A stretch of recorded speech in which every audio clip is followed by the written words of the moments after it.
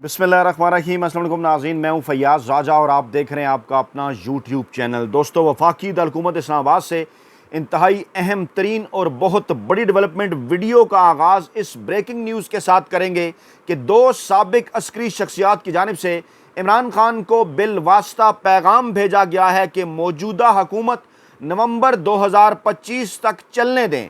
3 माह के निगरान सेटअप के बाद 15 फरवरी 2026 से पहले यानी फरवरी 2026 के आखिरी हफ्ते के अंदर रमज़ान है। रमज़ान से पहले जो है 15 फरवरी से पहले पहले इलेक्शन करा दिए जाएंगे। इमरान खान ने कोई भी डील करने से साफ इनकार कर दिया है और इमरान खान ने यह जवाबी पैगाम भेजा है कि आइन और कानून के तहत ही आगे बढ़ेंगे। ताज़ा तरीन और बड़ी डेवलपमेंट है। मौजूदा सिनेरियो, मौजूदा माहौल के अंदर यह पैगाम क्यों भेजा गया है और अब इस बात के सबूत भी सामने आ चुके हैं। एक बड़ी जो है वो खबर की सूरत, वड्डे एंकर वेले कालमनगार मुलाजम सहाफ़ी भी इस मामले की तस्दीक कर चुके हैं कि कमोवेश 3 से 4 मरतबा इमरान खान से डील करने के लिए, इमरान खान से एनआरओ लेने के लिए, इमरान खान से माफ़ी मांगने के लिए उन्हें पैगाम भेजा गया। और इमरान खान ने आगे से ये कहा कि अगर किसी भी किस्म के मुज़ाकरात होंगे तो मेरी शराइत पर होंगे। और वो शराइत क्या है कि सबसे पहले पाकिस्तान तहरीक इंसाफ का जो मैंडेट है वो वापस किया जाए। आगे बढ़ने से पहले एक वीडियो मैं आपके सामने रखना चाहता हूँ। ये वीडियो गौर से सुने, उसके बाद फिर इस खबर की दीगर तफसीलात की जानिब भी बढ़ते हैं। हामिद मीर और कामरान खान साहब, जो कि इमरान खान के दौरे हुकूमत में उनके बड़े नक्काद रहे और गुज़श्ता चंद अरसे से इस किस्म की बातें भी वड्डे एंकर वेले कालमनगार और मुलाजम साफ़ी करते रहे। जाली प्रोपेगेंडा किया जाता रहा कि इमरान खान इस्टेब्लिशमेंट से बात करने की कोशिश कर रहे हैं, जबकि इस्टेब्लिशमेंट इनकार कर रही है। लेकिन असल में हो क्या रहा था 8 फरवरी से पहले और 8 फरवरी के बाद। फिर इस मामले को इस लेटेस्ट डेवलपमेंट के साथ कनेक्ट भी करते हैं। ये पुरस्कार वीडियोस अचानक क्यों सामने आना शुरू हुई हैं, इसके ऊपर भी रोशनी डालते हैं कि जब पाकिस्तान तहरीक इंसाफ पर पाबंदी की बात की जा रही है, रिव्यू पिटीशन मखसूस नशिस्तों के हवाले से बात की जा रही है, जब एक बैनुल-अक़वामी इदारे फिच की रिपोर्ट सामने आई है कि इमरान खान के आज़ाद उम्मीदवार बड़ी तादाद में जीते थे, जब यह कहा जा रहा है कि अमेरिका के अंदर तब्दीली के आसार हैं और डोनाल्ड ट्रंप वापस आएंगे, उस वक़्त पाकिस्तान के अंदर सियासी सिनेरियो क्यों बड़ी तेज़ी के साथ बदल रहा है? इस हुकूमत को 18 माह तक चलने देने के लिए इमरान खान की मिन्नतें क्यों की जा रही हैं? लेकिन पहले ये वीडियो गौर से सुनिए और देखिए जी। तो खान साहब जो हैं उन्होंने कोई भी डील करने से एक दफ़ा नहीं, कम से कम 3 दफ़ा रिजेक्ट कर दिया, मेरी मालूमात के मुताबिक 4 मरतबा। और वो जो भी कहते हैं, जो भी उनके पास पैगाम लेके जाता था, वो कहते थे ये जो भी बातचीत होगी ये मेरी टर्म्स एंड कंडीशन पे होगी। ये 8 फरवरी से पहले भी मामला चलता रहा, 8 फरवरी के बाद। तो खान साहब जो हैं उन्होंने कोई भी डील करने से एक दफ़ा नहीं, कम से कम 3 दफ़ा रिजेक्ट कर दिया, मुस्तरद कर दी। और वो जो भी कहते हैं, जो भी उनके पास पैगाम लेके जाता था, वो कहते थे ये जो भी बातचीत होगी ये मेरी टर्म्स एंड कंडीशन पे होगी। ये 8 फरवरी से पहले भी मामला चलता रहा, 8 फरवरी के बाद। तो ये मामला 8 फरवरी से पहले भी चलता रहा, 8 फरवरी के बाद भी चलता रहा। और हमारे कुछ दोस्त पाकिस्तान तहरीक इंसाफ के जो अब ये कह रहे हैं कि देखें जनाब, हामिद मीर दुरुस्त लाइन पर आ गए हैं और आप उन पर तनकीद ना किया जा करें। मैं माजी में भी जब ये बात करता था उस वक्त भी सबूत आपके सामने रखता था, अब भी रखता हूँ। ज़्यादा नहीं, हमारे अगर सुनने वाले 100 हैं तो उन 100 में से हमारे 10% मेहरबान ऐसे हैं जो कहते हैं फयाज़ राजा के थंबनेल बड़े सेंसेशनल होते हैं। कुछ और चल रहा होता है, फयाज़ राजा साहब कुछ और बात कर रहे होते हैं, कमेंट भी करते हैं फयाज़ राजा साहब आप ये क्या कह रहे हैं, हो तो कुछ और रहा है। लेकिन अल्हम्दुलिल्लाह, अल्हम्दुलिल्लाह रब ताला की ज़ात का करम है कि जल्द या बदेर, पहले या बाद में, फौरी तौर पर या कुछ अरसे बाद, एक ना एक दिन वो बात दुरुस्त साबित हुआ करती है। और इसमें हमारा कोई ज़्यादा कमाल नहीं, फील्ड वर्क का कमाल है, आप दोस्तों की मोहब्बत है, अल्लाह ताला की रहमत है, नेक नीति के साथ फील्ड में काम करते हैं और डबल सोर्सेज से चेक करके ख़बरें आपके सामने पहुंचाते हैं। और ये आपको याद होगा कि ये मैं बात कितनी मरतबा इस प्लेटफॉर्म पर आपके सामने कर चुका कि इमरान खान से डील मांगी जा रही है, उनकी मिन्नतें की जा रही हैं। और दोस्त यार, ज़्यादातर नहीं, सिर्फ 10% के करीब उनको भी मैं मुखातिब कर रहा हूँ जो हमें सुनते भी हैं, ठीक है। और उसके बाद फिर कहते हैं कि राजा साहब देखिए थंबनेल तो बड़ा सेंसेशनल था। तो शायद आपको अंदाज़ा हो रहा होगा कि ये जो बात हम आपको गुज़श्ता इतने अरसे से आपके सामने गोश गुजार कर रहे हैं, आखिरकार आपके कहा जाना चाहिए ना, कुछ लोगों के ये बड़े फेवरेट है ना, वड्डे एंकर वेले कालमनगार मुलाजम साफ़ी, अब इनकी जानिब से भी तस्दीक इस मामले की जा रही है। बेसिकली मामला है क्या, समझ कैसे आपको ये आएगा। आज बैनुल-अक़वामी इदारे फिच की एक रिपोर्ट जो है वो पाकिस्तान की इकानमी, पाकिस्तानी मईशत, पाकिस्तानी सियासत के हवाले से सामने आई है।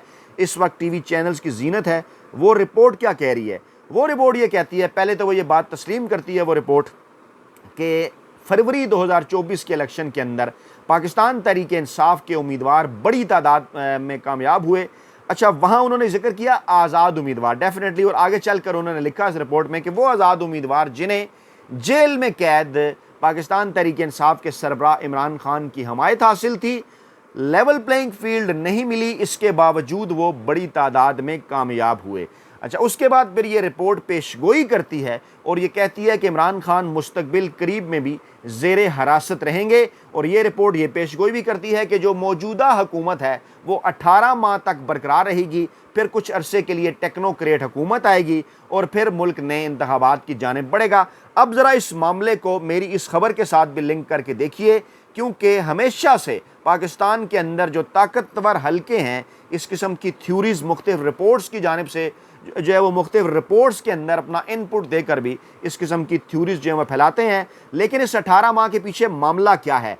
हमारी खबर की ये जो तस्दीक है क्यों कर और कैसे होगी, आपको याद होगा कि चंद माह पहले भी इस किस्म की एक मूव शुरू हुई, हमने तफसीलात आपके सामने रखी, तो फिर इंसार अब्बासी साहब की जानिब से भी कुछ तफसीलात सामने आई और उन्होंने कहा कि कुछ अस्करी शख्सियात जिन्होंने अभी कहा है कि हमारे नाम ना लिए जाएँ, वो बड़े एक्टिव हो गए हैं। और मैंने उस वक्त भी ये बात की थी कि ये कोई पहली दफ़ा नहीं हो रहा, ये अगर ये कहा जाए ना कि मौजूदा जो पाकिस्तानी इस्टेब्लिशमेंट है, इनकी जानिब से हमारी इतलात के मुताबिक कमोबेश 4 मरतबा, जी हाँ 2 मरतबा 8 फरवरी 2000 इलेक्शन से पहले, उन 2 में से 1 मरतबा इमरान खान की गिरफ्तारी से पहले, 1 मरतबा इमरान खान की गिरफ्तारी के बाद, और अब भी इन इलेक्शन के बाद कमोबेश 2 मरतबा, हमारे ज़राए के मुताबिक 4 मरतबा, यानी कुल मिलाकर 4 मरतबा मौजूदा इस्टेब्लिशमेंट के दौर में इमरान खान से रवाबित इस्तवार करने की कोशिश की गई, बिलवास्ता पैगाम पहुँचाए गए। साबिक अस्करी शख्सियात भी उसके अंदर शामिल थी।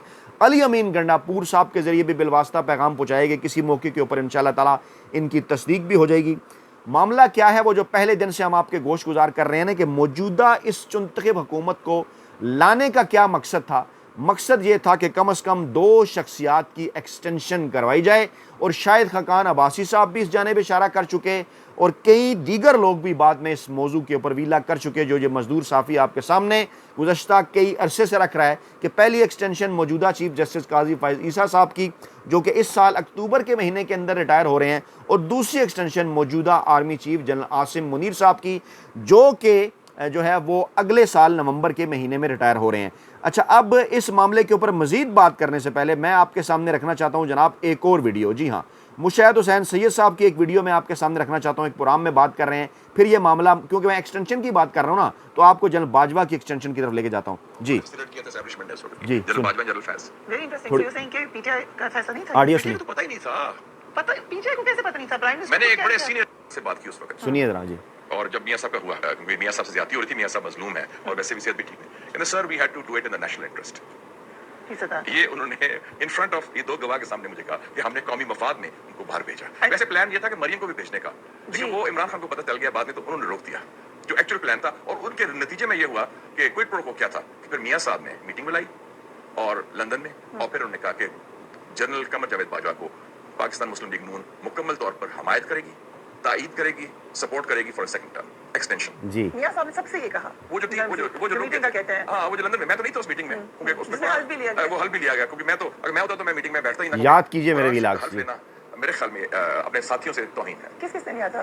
मेरे ख्याल में 7-8 लोग थे, और जिन्होंने हल्फ लिया उनमें से 3 लोगों ने मुझे बता भी दिया, नवाज शरीफ साहब या मियां शहबाज शरीफ साहब। उन्होंने कहा कायदे मोहतरम मियां मोहम्मद नवाज शरीफ साहब, उनका ये हुक्म है कि हमने सपोर्ट करना है एक्सटेंशन को, पार्लियामेंट्री पार्टी को कहा, और कोई ऊज़ एंड आज़ नहीं, कोई क्विड प्रो नहीं, ठक ठक ठक, बस आपने टप्पा लगाना है। But you're also saying कि उस वक्त के प्राइम मिनिस्टर को नहीं पता था ये मियां साहब का जो ऑपरेशन था बाहर जाने का, ये पूरा it was planned and executed by the then establishment. But उनको जब बाद में पता चला कि ये जी, बाद में पता चला, उस वक्त के वज़ीर-ए-आज़म को पता नहीं था, इस्टेब्लिशमेंट ये प्लान कर ली थी, नवाज शरीफ को बाहर भिजवाया, नवाज शरीफ ने उस वक्त भी डील की और एक्सटेंशन दी, army chief general Qamar Javed Bajwa को तीसरी बार भी एक्सटेंशन देने के लिए तैयार थे। ये भी इसी व्लॉग में मैं आपको बता चुका, तफसीलात आगे चलकर मैं आपके सामने रखूंगा। और अभी भी मामला यही है कि पाकिस्तान इन एक्सटेंशंस के गिर्द ही घूम रहा है। आगे बढ़ने से पहले मैं फिर उस खबर के ऊपर आता हूं आपकी याद दहानी के लिए, फिर हम इन तमाम तर चीज़ों को लिंक करते हैं।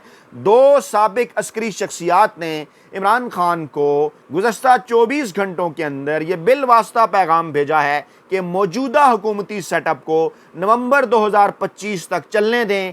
3 माह के निगरान सेटअप के बाद, जो कि नवंबर 2025 से फरवरी 2026 तक का होगा, उसके बाद 15 फरवरी 2026 से पहले हम इलेक्शन करवा देंगे।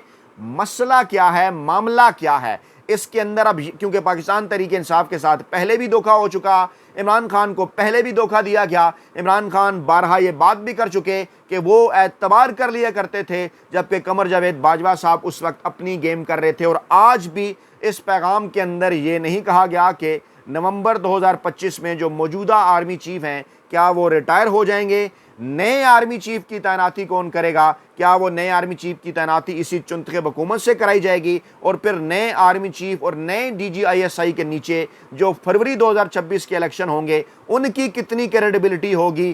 क्या इसकी गारंटी होगी कि इस वक्त फरवरी 2024 के अंदर जो कुछ मुल्क की सबसे बड़ी सियासी जमात और पाकिस्तान के मकबूल तरीन अवामी सियासी रहनुमा इमरान खान के साथ किया गया वो उस वक्त नहीं किया जाएगा? एक एक्सटेंशन तो कम से कम बकौल शेर अफजल मरवत को जो कहा करते थे ना कि प्रोग्राम तो बढ़ गया, यानी कि मौजूदा चीफ जस्टिस काजी फैज ईसा साहब की एक्सटेंशन तो इस वक्त मुमकिन नज़र नहीं आ रही, क्योंकि उनके नीचे इस वक्त इस सुप्रीम कोर्ट ऑफ पाकिस्तान के अंदर 17 में से कम अज़ कम, सुप्रीम कोर्ट राय के मुताबिक कम अज़ कम 13 जज साहिबान ऐसे हैं। जी हाँ, काजी फैज ईसा साहब के साथ कहा यह जा रहा है कि जनाब जस्टिस अमीनुद्दीन और जस्टिस अफगान साहब और इसके साथ साथ जस्टिस मंदोखेल 4 और एक और वोट के मुतल्लिक कहा जाता है जस्टिस मुसरत हलाली के, यानी 17 में से ज़्यादा यानी जो 4 लोग हैं और काजी साहब को मिला लिया जाए बशमोल उनके 5 लोग, यानी 17 में से 5 लोग जो हैं वो शायद काजी फैज ईसा साहब की एक्सटेंशन की हमायत के अंदर हैं। लेकिन जो 12 जज साहिबान हैं सुप्रीम कोर्ट ऑफ पाकिस्तान के अंदर, जिनमें मुस्तकबिल के 5 चीफ जस्टिस साहिबान हैं, जिसमें आइंदा के चीफ जस्टिस मंसूर अली शाह, उनके बाद के जो है वो मुनीब अख्तर साहब, उनके बाद के यहिया अफरीदी साहब, उनके बाद फिर आयशा मलिक साहब और उनके बाद फिर शाहिद हमीद साहब और इनके अलावा दीगर भी, यानी 5 ये मुस्तकबिल के चीफ जस्टिस और बाकी जो 7 जज साहिबान हैं जिसमें अतर मुल्ला साहब भी शामिल हैं, हसन अजहर रिजवी साहब भी शामिल हैं, इरफान सादत साहब भी शामिल हैं, दीगर लोग भी शामिल हैं। उनके मुतल्लिक ये कहा जा रहा है कि वो काजी फैज ईसा साहब के इस गैर आइनी और गैर कानूनी मौक़िफ़ के साथ नहीं खड़े, और मामला सिर्फ एक्सटेंशन का नहीं है बल्कि ट्रिब्यूनल से पाकिस्तान तहरीक इंसाफ को नशिस्तों की वापसी हो सकती है।